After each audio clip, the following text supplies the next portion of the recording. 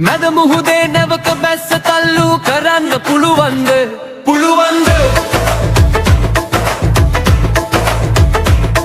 ඒක පාර්ශවික ආදරයකින් දිනන්න පුළුවන්ද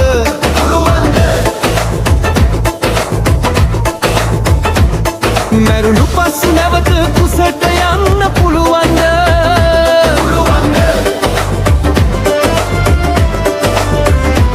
කාන්තාවන්ගේ හදවතේ රහස් කියන්න පුළුවන්ද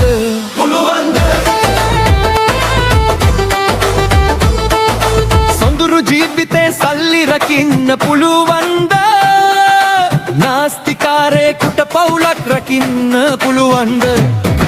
වෙරළේ ඉන්න ආදරවන්ත වින්ගනින්න පුළුවන්ද පෙනෙන සිහින රෙකෝඩ් කරන්න පුළුවන්ද ඇසින් දකින ලස්සන රූප හිමි කරගන්න පුළුවන්ද